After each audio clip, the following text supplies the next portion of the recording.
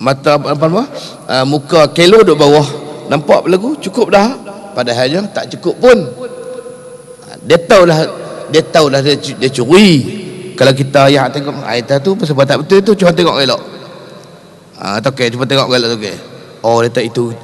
Oh tak cukup kah? Dia buat tak cukup. Dia buat tak tahu. Padahal dia tahu. Dia tahu kata tak cukup. Lari sikit saja.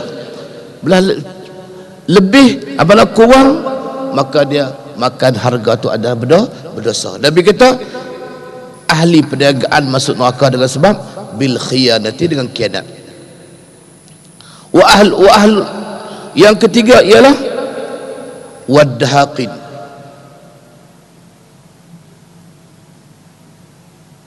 Yadkhuluna an-nara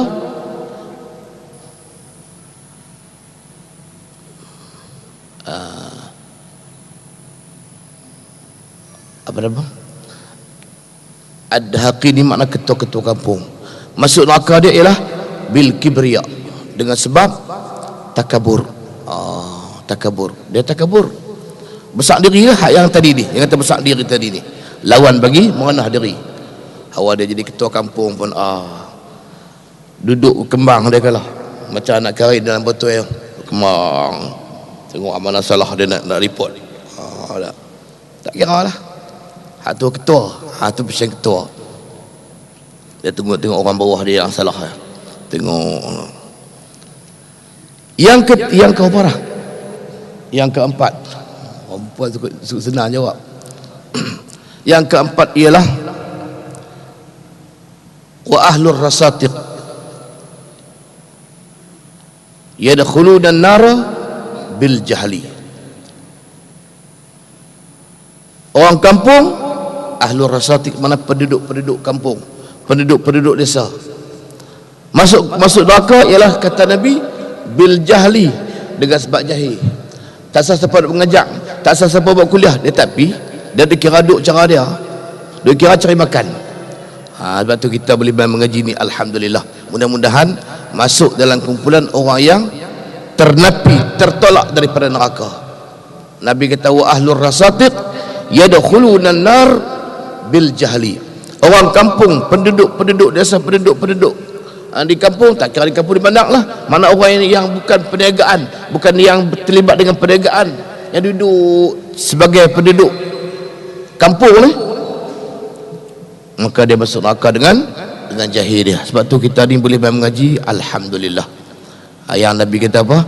Man yuridillahu bihi khairan yufaqihu fid din. Siapa yang Allah Ta'ala kehendaki dia tu nak jadi baik, Allah Ta'ala bagi dia faham agama, bagi faham selok belok agama. Nak faham selok belok agama, nak kena buat macam mana? Nak kena tinggal kampung laman, nak kena pergi cari majlis ilmu taman dah. Hari ni hari Jumaat tak nak kerja apa, cukup cantik dah kita main duduk majlis ilmu. Nabi kita wa innamal ilmu bitta'allumi. Nak dapat ilmu tu kena belajar, bukan duduk sengap ya. Aku ni anak tok guru, aku ni keturunan tok guru, duduk tunggu saja, tak boleh. Dia kena belajar. Nabi sallallahu alaihi wasallam orang yang paling baik, orang yang paling afdal, dia pun belajar. Nabi belajar kat siapa? Tok guru dia Jibril alaihi salatu wasallam. Dan yang kelima, Nabi sallallahu alaihi wasallam kata masuk neraka tu ialah wal umara'u. Ada. Wal umara'u bizulmi. Pemimpin negara masuk neraka dengan sebab zalim.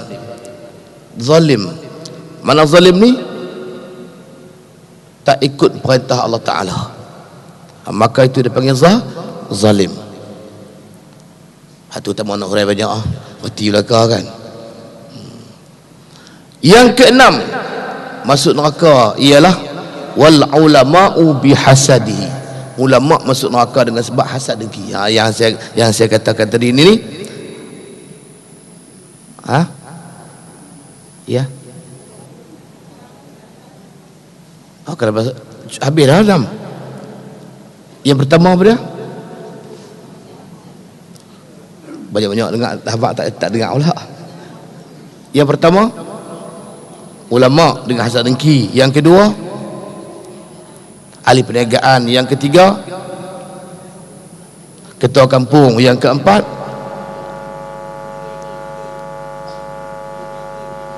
orang jahil. Yang keempat. Yang kelima, pemimpin. Yang keenam,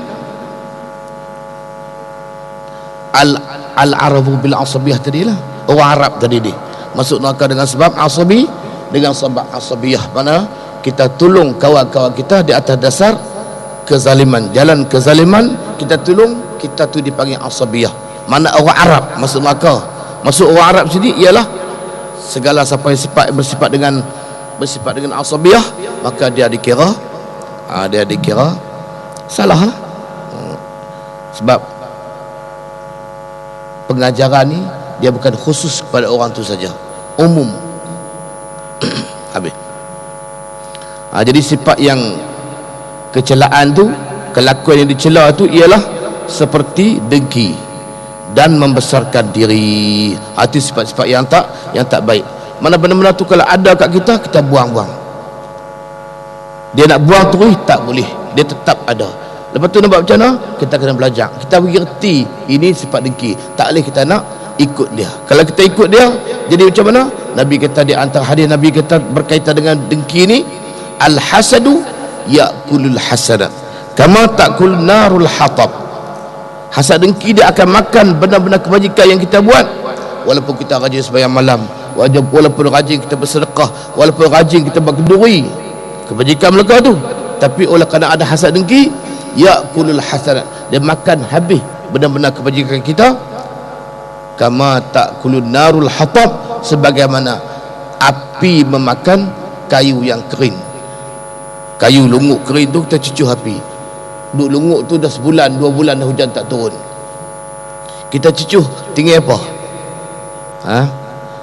Makcik kita tinggal habu.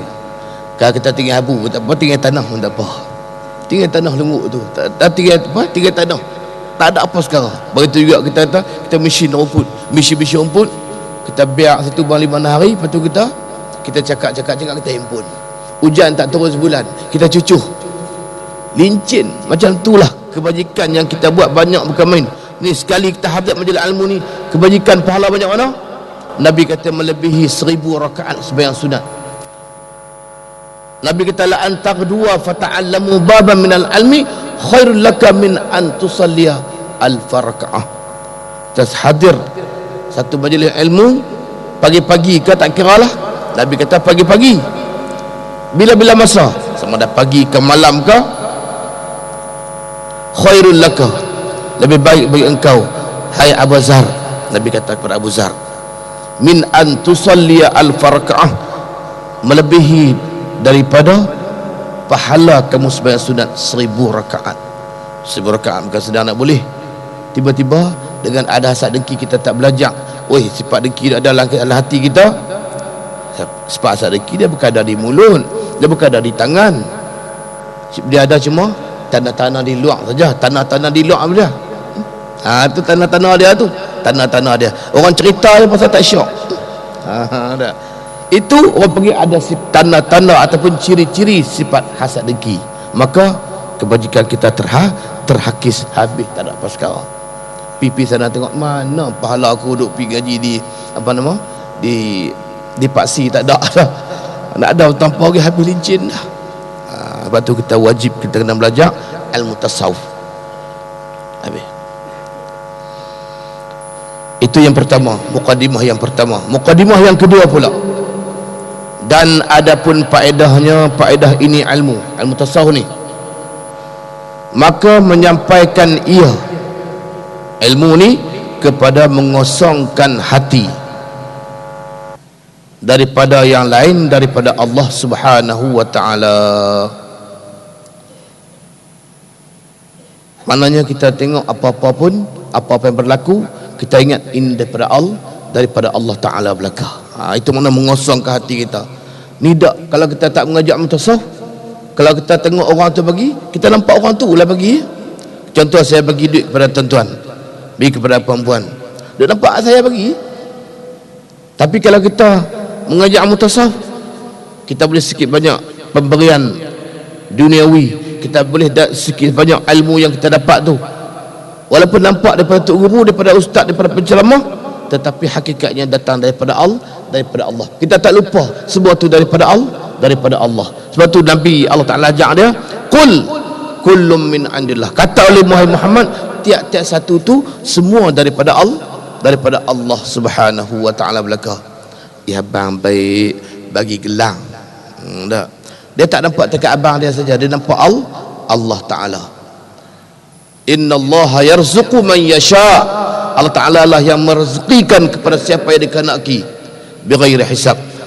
Maknanya Tuhan bagi itu kadang-kadang luar jangkaan kita. Duk masa lagu tak ada pun, lagu tak nak boleh pun, tiba-tiba boleh. Allah Taala yang bagi itu. Macam ayat yang saya boleh itulah Allah Taala bagi itu tu. Allahu akbar. Awal-awal itu macam-macam mulut orang, macam-macam mulut orang. Dia kata tu, macam tu, kata macam ni, kata tu macam ni. Bawa ayat dah orang pakat main beli ambil makan lega penyakit ni. Jadi selalu dah. Sebab apa? Nampak macam mana? Hak tu bukan orang jauh, orang dekat-dekat. Sama ada keluarga ke ataupun jiran tetangga ke, tak kira. Tapi kita bagi free pun tak mau. Sebab apa? Bukan baik ayat tu. Tu ada saya bawa sikit ayat tu, silingan. Ada sikit saya bawa, tak banyak lah. Hak Tuhan nak bagi lega, alhamdulillah lega. Hak Tuhan tak bagi tak lega, tak mana pun tak payah. Dengar apa kata, inna lillahi wa inna ilaihi raji'un. Siapa cuma ayat itu hari ini ayat hak terai tu lupa bawa. Bawa ayat tu aja. Hak yang, tapi kalau sekalian siapa-siapa yang tak ada duit nak ambil juga, ambil lah. Tak ada masalah.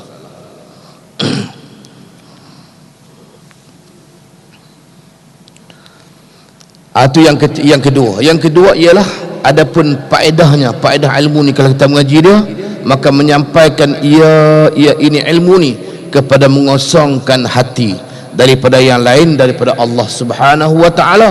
Hati kita tak edi duk nampak ke dunia saja dak. Dan menghiasi hati itu dengan memandang kepada Tuhan sekalian alam. Kita tengok apa pun ingat Allah, tengok apa pun tengok Allah. Tapi jangan ada buat silap pula. Setengah orang kata, harus tengok apa? Dia tengok kejadian Allah, perempuan cantik. Itu tak edit tu. Itu nak tipu tu. Tipu.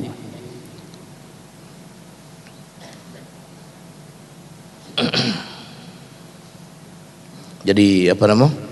Orang-orang apa dia ulama ada kata, ma ra'aita syai'an illa wa ra'aita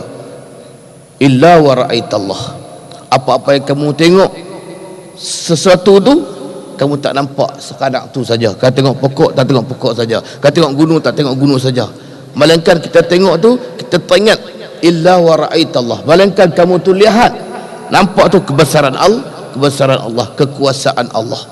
Tengok hujan turun lebat, kita ingat ini ialah kuasa Allah. Saya pergi Kelantan kemarin ni, balik semalam, apa nama, hujan tengah duk lebat sana. Dan dia kata dalam berita Kelantan lah, dia kata perahu yang duk tersimpan pun telah dibuat keluar dah, telah dibuat dibeli dibuat terbit di persimpanan perbaik tempat mana yang apa nama yang patut perbaik supaya nak menghadapi bencana banjir yang mungkin melanda. Tapi kemarin ni saya pun balik cepat, takut tak dan ayat tak dan tengah naik lah ni. Itu yang kedua. Yang ketiga pula ialah dan adapun hantarannya, maka iaitu hati manusia daripada pihak kelakuan yang datang kepadanya. Ilmu ini dia kata, dan adapun hantarannya, sasaran ilmu ini, maka iaitu hati manusia. Macam kalau peluru kita tembak tu, sasaran tempat kita tembak tu, maka tu dia panggil hantaran dia. Nak tembak di mana? Pung, tembak di burung. Pung, tembak di dia kebau liak. Cerita kebau liak ada baru ni dekat rumah saya tu, orang buat kurban. Kebau tu tembak 6 kali tak rebah lagi. Lari orang, tunggu tak lari. Jadi ilmu ni dan tembakkan apa? Maka iaitu hati manusia. Hati kita, manusia ni kita. Apa dia tu? Daripada pihak kelakuan yang datang kepadanya. Hati yang ada kat kita ni ada benda-benda apa-apa tu, dia tembak hati tu. Nak tembak tu, tempat dia nak tembak ialah di hati kita. Kita dengar-dengar tahu, oi, panah lekeh kat orang tak boleh. Hati kita tu basah. Basah besar diri. Hati kita basah. Pasal apa? Pasal kita ni selalu duk nak besar diri, selalu nak takabur, selalu nak hasad, macam-macam sifat-sifat yang tak elok tu. Daripada pihak kelakuan yang datang kepadanya, kepada hati. Yang keempat, dan adapun hukumnya, hukum belajar ilmu ni, maka fardu ain atas tiap-tiap yang berakal lagi sampai umur. Dan adapun hukumnya, hukum belajar ilmu tasawuf, maka fardu ain. Fardu ain makna tiap-tiap orang. Kalau fardu kifayah ni depa kata, depa buat kita tak payah. Macam tu dah depa kata. Tapi nampak-nampak makna pun lebih kurang tu lah. Macam sembahyang jenazah. Sembahyang jenazah ni depa buat kita tak payah.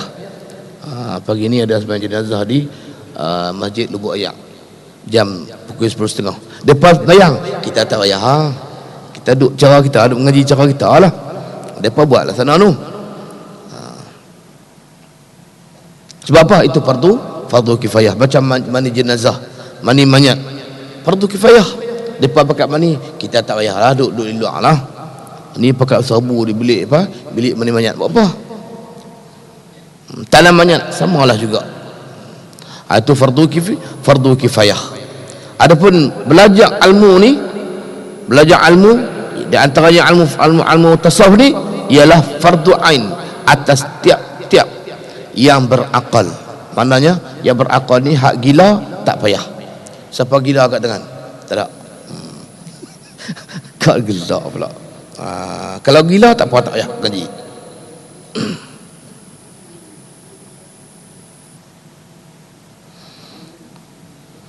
Lagi sampai umur. Mana sampai umur ni ialah baligh. Laki-laki umur dia 15 tahun.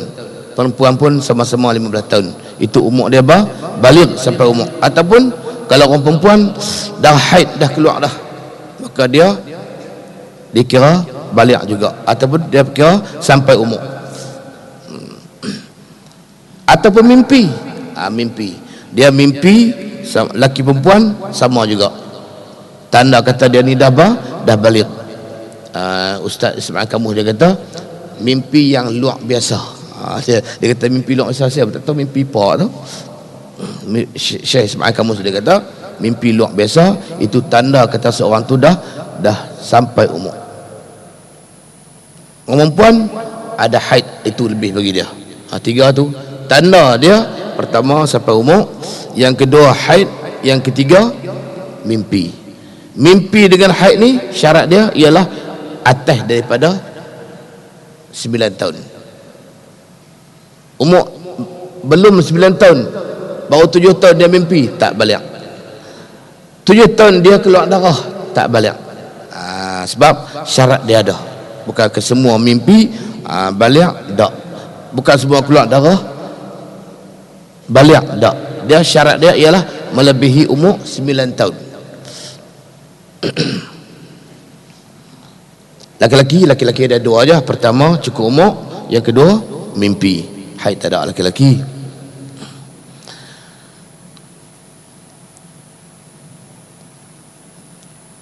Yang kelima, mukadimah yang kelima ialah dan adapun tempat ambilannya, tempat ambilan ilmu ni diambil di mana ni?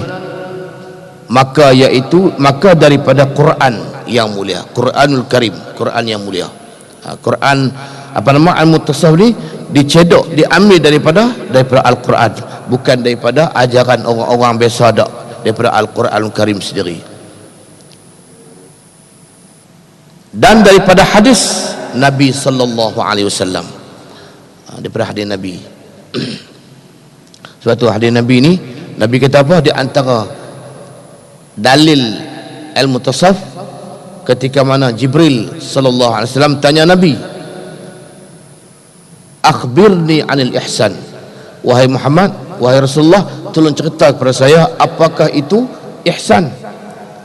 Maka Nabi kata, an ta'budallah ka'annaka tarahu, kamu beribadat kepada Allah tu ka'annaka tarahu, seolah-olah kamu lihat Allah, seolah-olah kita lihat Allah, kita lihat Allah Ta'ala, seolah-olah kita lihat Allah, seolah-olah kita memang tak lihat Allah. Tapi lepas tu Nabi kata, fa illam takun tarahu, jika kamu tak nampak Allah, memang kita tak nampak, fa innahu yaraka, kamu kena yakin Allah Ta'ala sentiasa lihat kita. Macam tu dah. Hadis itu sambungan daripada cerita hadis yang Nabi sallallahu alaihi wasallam tengah duduk dengan sahabat-sahabat dia, tiba-tiba datang satu orang laki-laki yang sangat cantik, satu orang laki-laki yang pakaian dia sangat putih, rambut dia sangat hitam, dan tidak kelihatan pada dia tu tanda-tanda seorang di dalam perjalanan. Sebab orang yang dalam perjalanan ni, tanda dia apa dia? Di antaranya ialah kalau dia datang dalam masa musim kemarau, kaki dia habuk penuh sebab dia berjalan. Satu. Yang kedua pula, bau hangit sikit sebab peluh dia berjalan. Tiba-tiba satu orang laki-laki datang pada Nabi dalam keadaan tak ada tanda seorang yang Musa, seorang yang musafir, seorang yang berjalan. Kalau seorang berjalan waktu musim hujan, dia ada kelebuk kaki dia, dia ada bekas-bekas mercik-mercik di kaki dia, bekas mercik-mercik di kain dia basah dan sebagainya.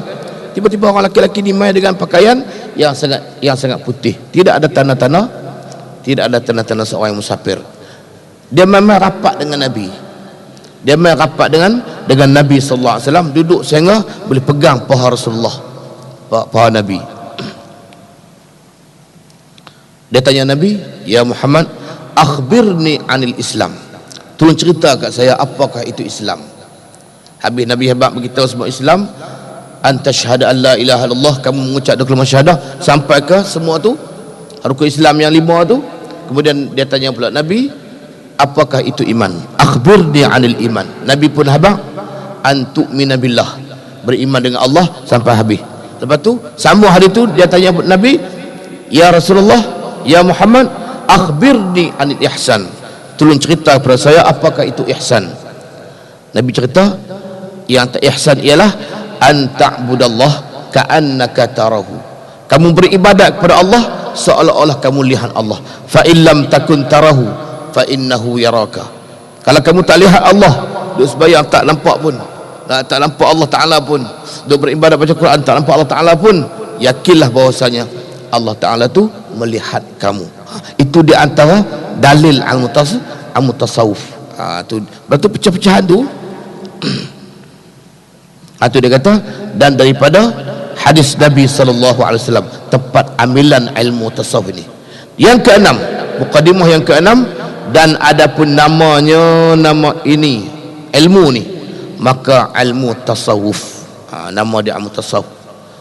Yang kata ilmu yang wajib kita belajar ni ada 3 tu ya. Pertama ilmu sudin, ilmu nak kenal Tuhan. Yang kedua ilmu fiqh, untuk beribadat kepada Allah, nak ibadat kepada Tuhan kita. Dan yang ketiga ilmu tasawuf. Ni kita sebut dah tu ni ilmu usudin, pecah 3. Pertama untuk bahas tentang ketuhanan. Yang kedua perbahasan dia tentang kerasulan. Dan yang ketiga ialah dia bahaskan tentang apa dia?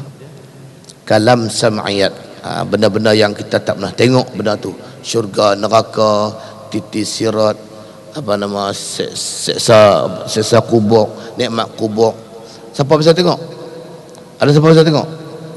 Tak bisa tengok. Pergi tanam orang dalam kubur, balik gitu je. Tak bisa dengar pun dia menyerit, dia kaya sebab dia tak tunai perintah Allah Ta'ala, menyerit berkebin teruk. Tak benar. Tapi benda tu kita wajib kita wajib kita kena beriman. Semua itu adalah perbahasan dia di dalam ilmu usuluddin. Yang kedua ialah ilmu fiqh. Ilmu fiqh pertama ialah bahagian ibadat, ambil daripada bersuci sampai kepada segala ibadat lah. Hak ibadat tu. Yang kedua ialah muamalat, kira bercara. Yang ketiga munakahat, cara-cara nak duduk laki-laki perempuan, nak menikah, sampai ke bab cerai ke bab rojok ke semua, bab saksi ke bab wali ke.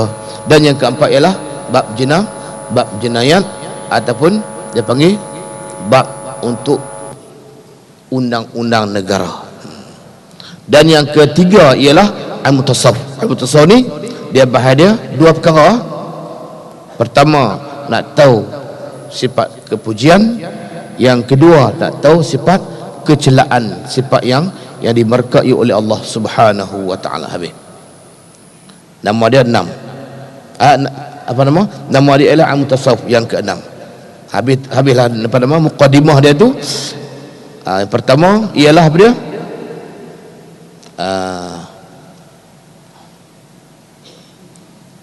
Dia suruh kita tahu ilmu tasawuf. Yang kedua, faedah dia. Yang ketiga, hantaran ilmu ni. Yang keempat ialah hukum. Yang kelima, ambilan dia. Dan yang keenam, nama ilmu ini. Habis semua qala.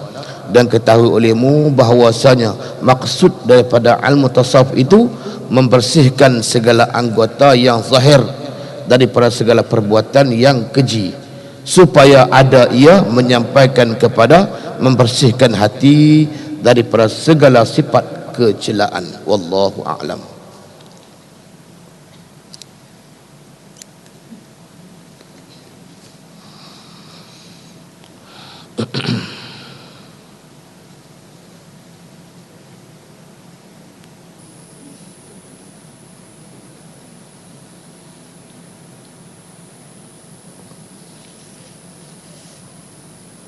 Al-Fatihah.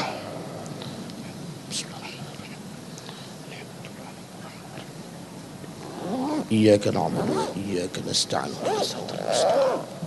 Siratal ladzina an'amta 'alaihim ghairil maghdubi 'alaihim waladdallin. Allahumma shalli 'ala sayyidina Muhammad wa 'ala alihi washabbihi ajma'in. اللهم اغفر لنا ذنوبنا ولوالدينا ولمشايخنا ولجميع المسلمين برحمتك يا أرحم الراحمين. اللهم افتح علينا فتوح العارفين ووسع رزقنا واجعل أعمالنا خالصة لوجهك الكريم في عافيته يا رب العالمين. وصلى الله على سيدنا محمد وعلى آله وصحبه أجمعين. الحمد لله رب العالمين. Ada koko minda ada di depan sana, ayak juga ada di sana. Tuan-tuan yang berhajat sila boleh ambil. Assalamualaikum warahmatullahi wabarakatuh. Jazakallah khairan pada Ustaz Rauf. InsyaAllah saya jemput Fadil Ustaz Naim, Syekh Naim untuk mai ke depan insyaAllah untuk kuliah kita yang kedua. Sekali lagi saya maklumkan kepada tuan-tuan, esok kuliah kita di Tok Keling bersama dengan Ustaz Helmi. Kemudian hari Ahad di Masjid Sultanah bersama dengan Ustaz Sa'ad dan Ustaz Hafiz. Hari Isnin insyaAllah bersama dengan Ustaz Nasri. Hari Khamis malam Jumaat insyaAllah kita semua di stadium bersama dengan Syekh Nuruddin. Pada hari Jumaat pagi insyaAllah bersama Habib Tahir dan juga Muhadir Jul. Kemudian malam petangnya sabaqah ataupun tandingan menghafal hadis dan persembahan insyaAllah. Kemudian malamnya kita bersama Ustaz Nasri dan juga Ustaz Nazrul Nasir. Dan pada hari Jumaat pagi pengkisahan 20 tahun Pak Si dan juga bersama dengan Dr. Harundin. Dan pada malamnya insyaAllah puncak lantunan mahabbah insyaAllah kita akan bersama dengan tokoh-tokoh ulama akan bersama kita pada malam itu. Dan kita sarankan kepada tuan-tuan dan perempuan pada malam kemuncak tu kita pakai putih insyaAllah. Dan program berkhitan beramai-ramai anjuran Masjid Ar-Rahman Merah pada 1 Disember siapa yang ada anak atau cucu yang nak libatkan diri dalam program ni boleh dapatkan borang pada Suhaimi insya-Allah pada 1 Disember nak masuk Jawi insya-Allah. Ini untuk anak-anak kita dan cucu insya-Allah. Jadi itu program kita. Dan sekali lagi saya maklumkan yang nak buat akikah boleh ambil borang kepada saya, dan yang nak buat tahlil pastikan borang tu sampai pada hari Jumaat petang atau malam tu insya-Allah. Dan malam Sabtu tu kita akan buat tahlil. Jadi sekali lagi saya ucapkan terima kasih atas sokongan dan dukungan tuan-tuan semua dalam program-program kita. Insya-Allah saya jemput Al-Fadhil Ustaz Syekh Naim untuk menyampaikan kuliah kepada kita.